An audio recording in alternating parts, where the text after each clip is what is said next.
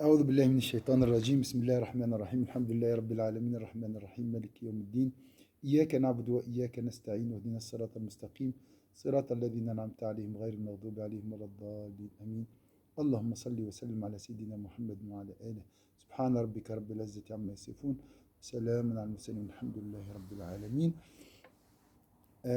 يقول الله عز وجل في كتابه إلا تنصروه فقد نصره الله إذ أخرجه الذين كفروا ثاني اثنين إذ هما في الغار إذ يقول لصاحبه لا تحزن إن الله معنا فأنزل الله سكينته عليه وأيده بجنود لم تروها وجعل كلمة الذين كفروا السفلى وكلمة الله هي العليا والله عزيز حكيم.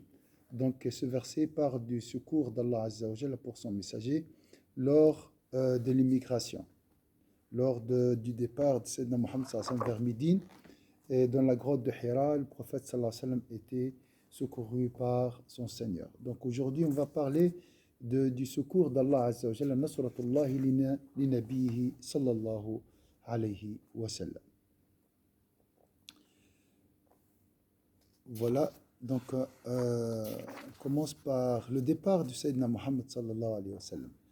L'Assemblée commença par un examen de la situation à la lumière des récentes évolutions.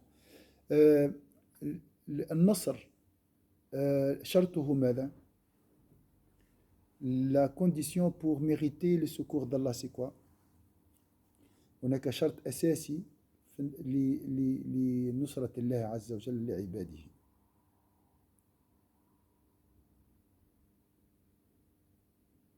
نجده في الفاتحة في سورة الفاتحة. On le trouve dans سورة الفاتحة.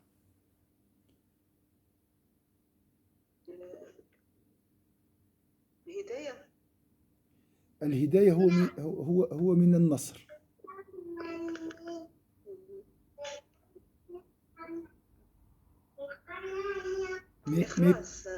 Mais pour mériter la guidance, qu'est-ce qu'on fait dans le Fatiha?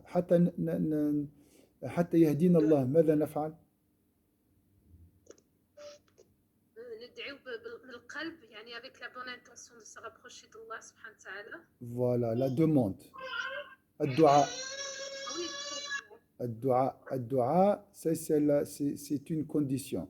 Mais avec quel état d'esprit؟ بأي نفسية ندعو الله عز وجل؟ بأي روح؟ خشوع والضعف والاستكانة. Donc on doit demander avec humilité, avec beaucoup de modestie, avec besoin. D'accord? Donc le Nabi sallallahu alayhi wa sallam, donc Iyaka nasta'in. Il était dans une situation très difficile à la Mecque et il demandait à Allah Azza wa Jalla, il patientait bien sûr, demandait à Allah Azza wa Jalla qui lui facilite l'immigration vers Médine. Et voilà, Allah a exaucé sa demande. Et on va voir les détails, Inch'Allah, de ce secours. هذا النصر العظيم إلا تنصروه فقد نصره الله عز وجل. Allah a secouru Sayyidina Muhammad sallallahu alayhi wa sallam.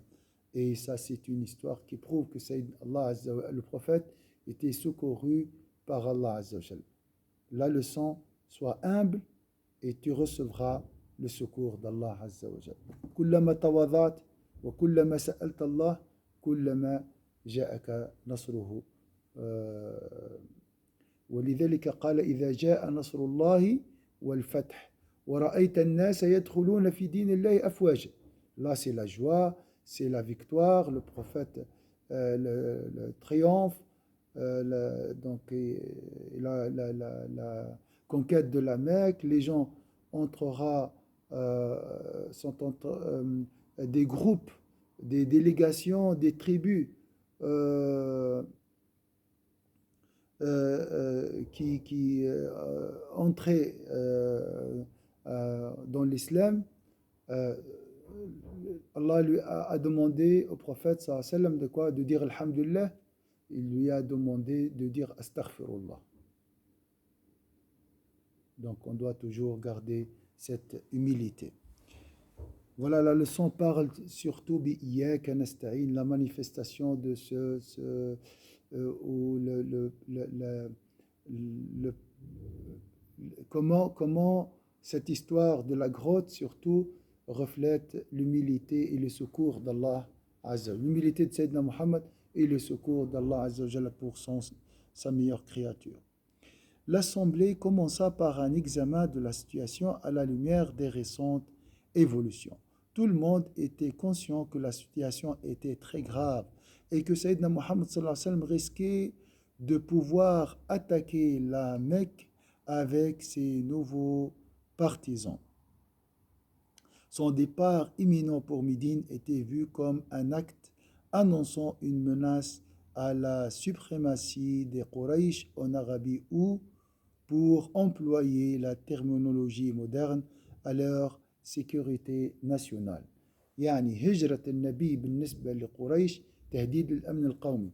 Donc, comme il a dit ici, pour Quraysh, l'immigration vers Médine constitue une menace pour la sécurité nationale de cette tribu. Il fallait l'arrêter coûte que coûte. Les propositions les plus modérées furent les premières à être exprimées. Quelqu'un suggéra que l'on emprisonne Sayyidina Muhammad sallallahu alayhi wa sallam au secret jusqu'à sa mort. Donc, الحل قالوا سجن النبي صلى الله عليه وسلم. Donc, vous voyez maintenant, tu es éprouvé, tu as une épreuve, d'accord? Patiente et tu recevras, Inch'Allah, le secours d'Allah Azza wa Jal. Regardez la ruse de Quraysh et les plans qu'Allah les a défaits. Cette proposition fut rejetée car quelqu'un argua que l'emprisonnement de Sayyidina Muhammad pourrait pousser ses partisans à tenter de le libérer par la force. Rabi'a ibn Amr dit: envoyons-le en exil. Quand il sera loin, il ne pourra plus nous nuire. Donc, l'emprisonnement, la prison, l'expulsion. Quant à nous, nous pourrons alors réparer les dommages qu'il a causés dans nos rangs et rétablir notre unité nationale. Quelqu'un répliqua que Sayyidina Muhammad sallallahu alayhi wa sallam était un excellent orateur, doté de logique et d'une argumentation convaincante. Son influence sur le cœur des gens était telle que s'il était bien reçu par n'importe quelle tribu arabe, il pourrait réussir à la rallier à sa cause. Donc ils ont dit non, ça c'est pas une bonne solution d'expulser. Il peut convaincre les Arabes et les rassembler de nouveau. S'il y réussissait, la Mecque et les Quraysh se trouvaient expulsés à un très grave... la Mecque et les Quraysh se trouveraient exposés à un très grave danger. Abu Jahl, qui avait gardé le silence jusqu'alors, décida que le moment était venu d'exprimer son point de vue. Il expliqua que le problème nécessitait une solution radicale susceptible de causer le minimum de répercussions.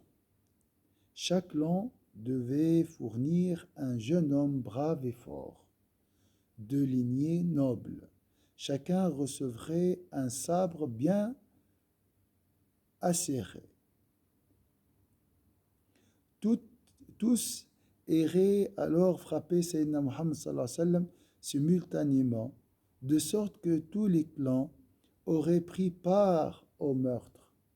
معروف الحل الشيطاني قالوا هو إبليس أصلا الذي تجلى جاءهم واقترح عليهم هذا الاقتراح قتل النبي صلى الله عليه وسلم والاشتراك في دمه.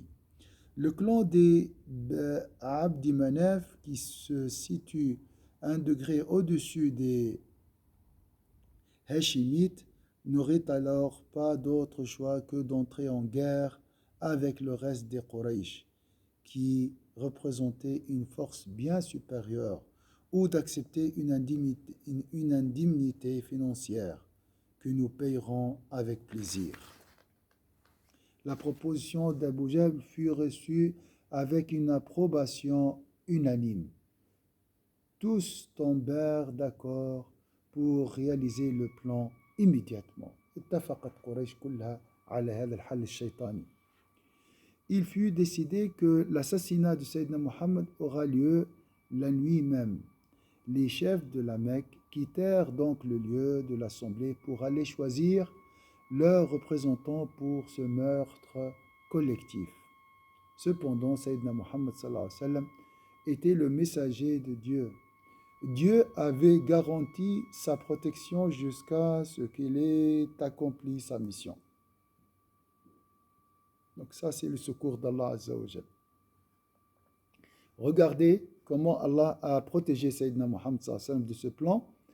L'ange Gabriel vint donc dire au prophète de ne pas dormir dans son lit cette nuit-là. Il devait entreprendre son voyage à Médine. Le prophète agit avec la plus grande célérité et le maximum de précaution. Son plan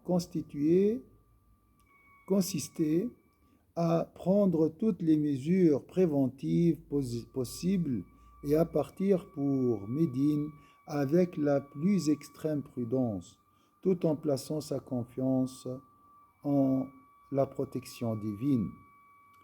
Peu avant midi, il alla trouver Sayyidina Abu Bakr et lui parla seul à seul, l'informant qu'il avait l'autorisation de quitter la Mecque. Sayyidina Abu Bakr avait acheté 2 chameaux rapides dans l'espoir d'être le compagnon de voyage de Sayyidina Muhammad sallallahu alayhi wa sallam. Ils convirent que le prophète sallallahu alayhi wa sallam viendrait à minuit chez Sayyidina Abu Bakr, qu'Allah soit satisfait de lui, et que tous deux partiraient immédiatement. La seule autre personne informée du départ de Sayyidina Muhammad était son cousin Ali, qui avait été l'un des tout premiers à adhérer à l'islam lorsqu'il avait qu'une dizaine d'années. Sayyidina Ali, qui était maintenant un jeune homme de 23 ans, devait dormir dans le lit de Sayyidina Muhammad sallallahu alayhi wa sallam afin que les assassins s'imaginent que ce dernier était couché. Le rôle de Sayyidina Ali représentait un danger considérable. Le prophète sallallahu alayhi wa sallam lui promit toutefois qu'il ne lui serait fait aucun mal. Lorsque les assassins potentiels eurent pris place à leur poste, ils furent tous envahis par le sommeil. Ça, c'est une manifestation du secours d'Allah Azza wa Jal. Donc Allah a envoyé un soldat qui est le sommeil. Avant, il a envoyé Sayyidina Jibril pour informer Sayyidina Muhammad sallallahu alayhi wa sallam de la ruse de Quraysh, etc. C'est ça le secours d'Allah Azza wa Jalla pour celui qui l'implore. جماعة هو الأمر كله قائم على شيء واحد هو أن نستعين بالله, de implorer le secours d'Allah Azza wa Jalla. C'est toi seul que nous implorons secours. Le prophète sallallahu alayhi wa sallam, tu as un problème, demande à Allah. C'est simple, subhanallah. Tu n'as pas besoin de faire une prière. Juste parle avec lui, parle-lui de ce problème et demande à lui la solution. C'est difficile? C'est pas difficile du tout. Le prophète sallallahu alayhi wa sallam sortit et leur mit du sable sur la tête. Puis il se rendit directement chez Sayyidina Abu Bakr qui avait préparé les 2 chameaux pour le voyage. Le prophète sallallahu alayhi wa sallam insista pour payer le prix de son chameau.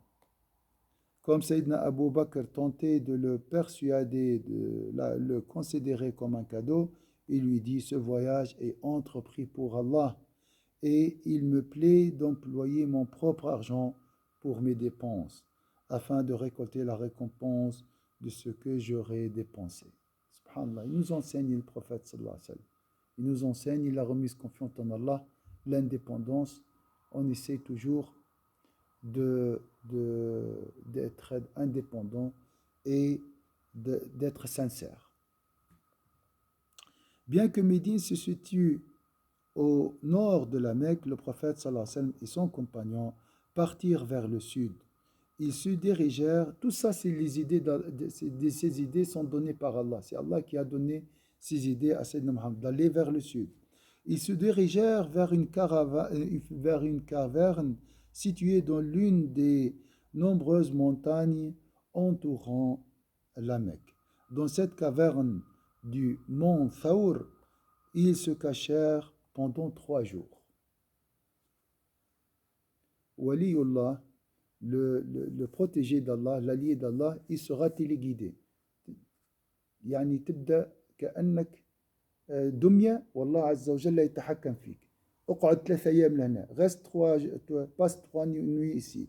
Fais comme ça. Dirige-toi vers GPS. Aujourd'hui, comme un GPS. Va vers le sud. Voilà. Parce qu'il peut faire face à la ruse de vingtaines des gens très expérimentés dans la vie, les gens de Quraysh. ناس عندهم خبرة, عندهم مكر, عندهم ذكاء. Dans cette caverne du mont Thawr, ils se cachèrent pendant 3 jours.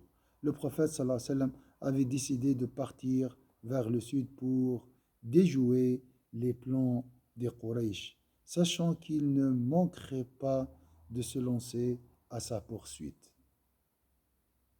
Inch'Allah, la prochaine fois, on va voir, Inch'Allah, dans une semaine peut-être, comment le prophète sallallahu alayhi wa sallam a protégé Sayyidina Muhammad sallallahu alayhi wa sallam dans la caverne du mont Thawr, Inch'Allah. بارك الله فيكم وسامحوني على التأخير مرة أخرى. سبحان ربك رب العزة عما يصفون وسلام على المرسلين الحمد لله رب العالمين. شكرا أختي حنان, شكرا أختي سميرة, بارك الله فيك وجزاكم إن شاء الله. بارك الله فيكم إن شاء الله. يا رب آمين وأنتم كذلك. السلام عليكم. السلام عليكم.